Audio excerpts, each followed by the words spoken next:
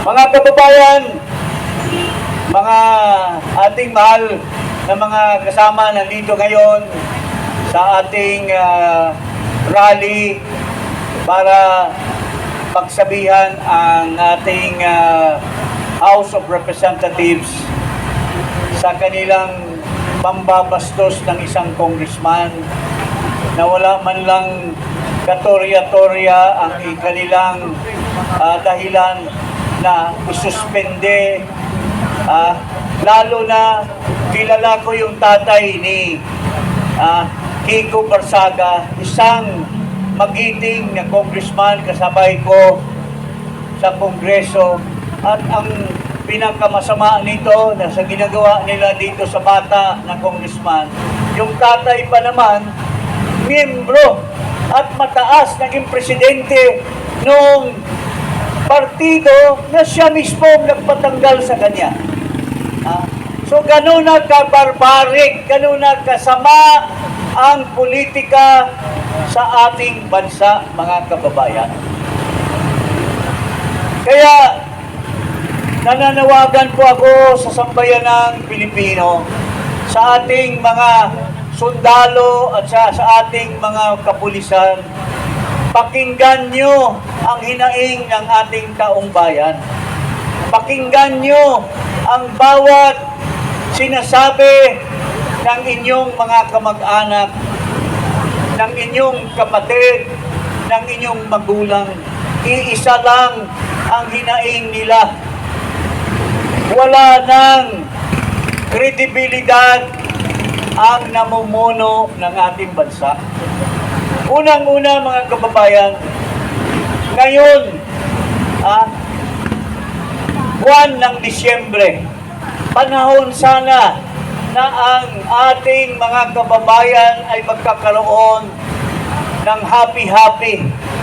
Pero ultimo, yung Noche Buena, pinag-aawayan pa kung kasya ang 500 pesos o hindi. Noong panahon ng ibang administrasyon, walang napag-isip kung ang pera na kinikita ng isang ordinaryong pamilya ay magkasya ba. Kasi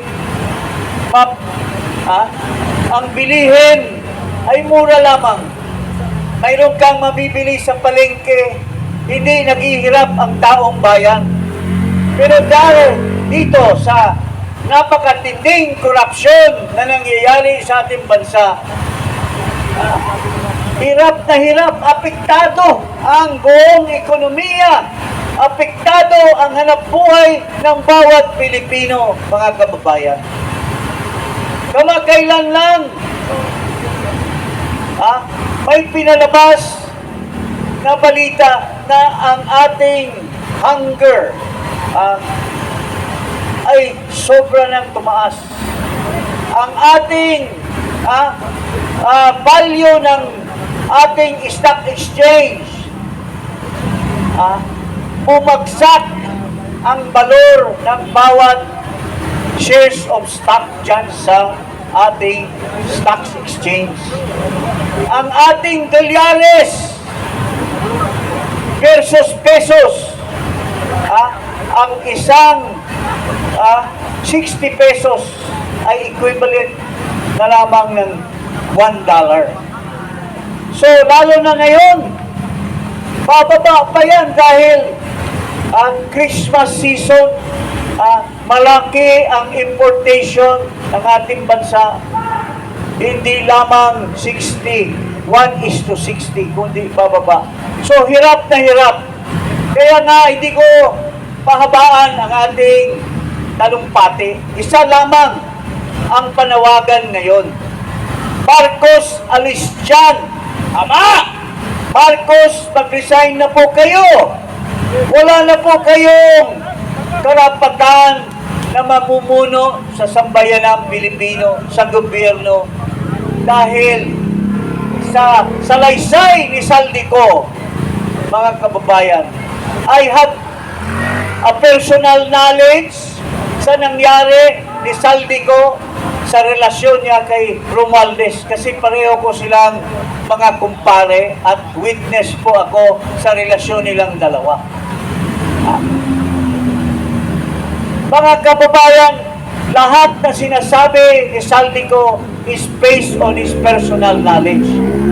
At ang nasa utak ngayon ng ating mga kababayan, isa lang yung mastermind, kundi si Marcos Bangag Jr., mga kababayan. Siya mismo ang nagsingit sa kanyang order, nagsingit si Saldico ng 100 bilyon pesos. At dahil doon, kumita siya ng 25 bilyones ka pesos. Sobrang laki. Maliban doon sa transaksyon sa Bulacan na ginawa mismo ng district engineer at sa kanyang mga kasama, kumita, sabi ni Saldico, siya may personal knowledge kasi siya mismo ang nag-deliver ng 51 billion kay Marcos at Romualdez. Kaya tayo mga Pilipino, bakit po tayo naghirap? Dahil pinulsa ni Marcos ang pera ng sambayanang Pilipino, mga kababayan. Tama! Kaya wala na tayong ibang paraan pa kundi manawagan at baguhin na ang gobyerno natin dahil wala ng kredibilidad na mamuno pa si Marcos Jr. Hindi lamang yung sinasabi ni Saldico. Base sa papeles, yung tinatawag na General Appropriations Act, kung matino at honest si Marcos Jr., kung ikaw ang namuno sa ating bansa, papayagan mo kaya? Hindi! Ang insertion aabot ng trilyon magmula ng 2023, 2024, 2025, base sa National Expenditure Program na pinasok ng Malacanang sa Kongreso, ilang bilyon lamang noong naaprobahan na ang General Appropriations Act. Sobra-sobra ang patong sa National Expenditure Program doon sa tinatawag na insertion na siningit nila sa Bicameral Conference Committee. At itong insertion na ito po yung ginugol na pera papunta sa Department of Public Works and Highways at siya po ang inimplementar ng mga proyekto na walang saysay kasi nagiging ghost project. At ilang salapi ang kinita ni Marcos Jr. at ni Saldico at ni Romualdez. Bilyon-bilyon po since 2023, 2024, and 2025. So, doon pa lamang po tayo ibabase natin, maski walang saysay or salaysay si Saldico, doon pa lamang sinasabi na ni ex-Justice Tony Carpio when he signed the General Appropriations Act, he owned it. It was his responsibility dahil pinalusot niya ang napakalaki na insertion from 2023 to 2025 lamang 1.3 trillion pesos. Kung 20% lang ang kunin mo doon, ilang bilyon ang nabulsa, hindi bababa sa 250 billion pesos na binulsa ni Martin, ni Marcos, ni Saldico at ang mga kasabwat nilang mga kongresista na mga contractors, mga kababayan.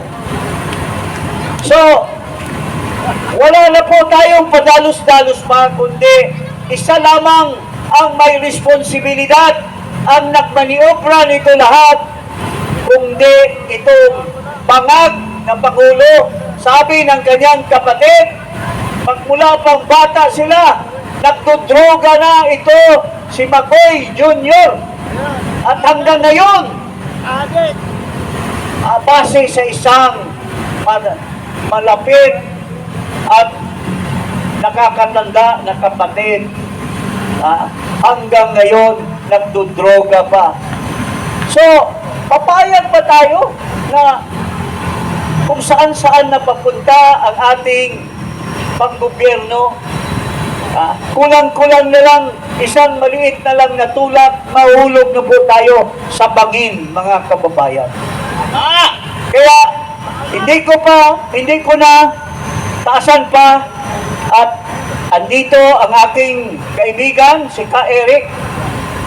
Siya ang magsasabi ng marami pang basbas or marami pang mga sasabihin sa ating mga kababayan. So, mga kababayan, isa lang ang pananawagan ngayon. Marcos, resign.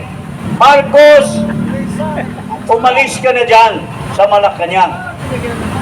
Ibigay mo na sa tama na pamamalakad kasi wala ka ng kredibilidad dahil ikaw ang mastermind sa lahat na nakawan sa ating gobyerno.